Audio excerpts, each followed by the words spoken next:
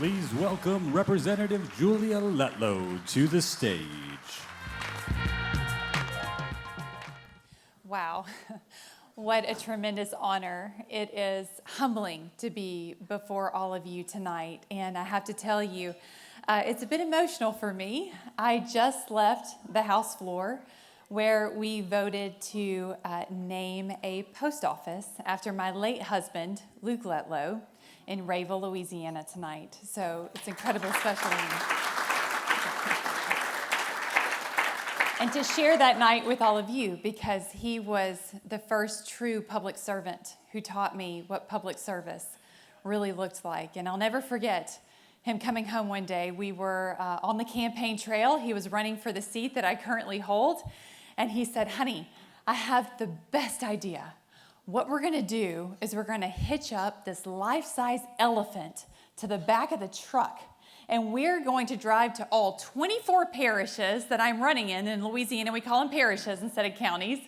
And I'm going to give a stump speech in every single parish that we go to." And I said, "Honey, that sounds like the worst idea I've ever heard."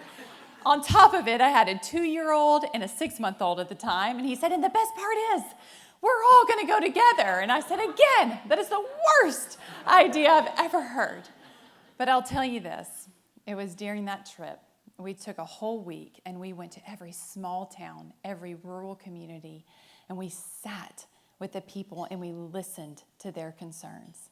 And it was during that time that the people of the 5th District stole my heart, and they've never given it back. And it's been the honor of my lifetime to serve them.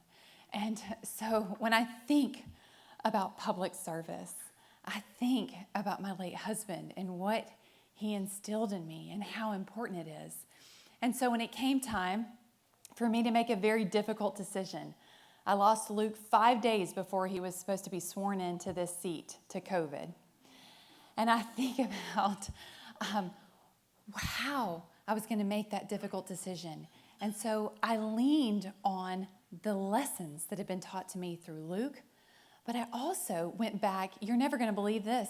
I read a dissertation I wrote 15 years prior I interviewed people on how they found meaning after losing a family member. I interviewed 5 families, and I asked them those poignant questions on how do you continue life after loss. And so I never in a million years thought I would go back and draw from something that I wrote those many years ago. And I found the answer leaping off the page.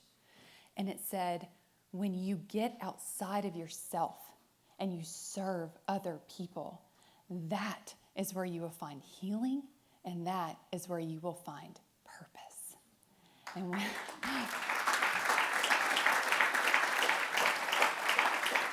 when I tell you not a day goes by that I still get goosebumps thinking about it, but that I find purpose and I find healing by serving other people, and you all in this room know it to be true more than anyone else, then that gives you so much reason for jumping out of bed every day, excited to go to work, excited to make a difference in your communities. And I have to tell you, I'm from Louisiana, so I know how important AmeriCorps is. I know what you did for our state after hurricane, especially in my generation, my time, Hurricane Katrina.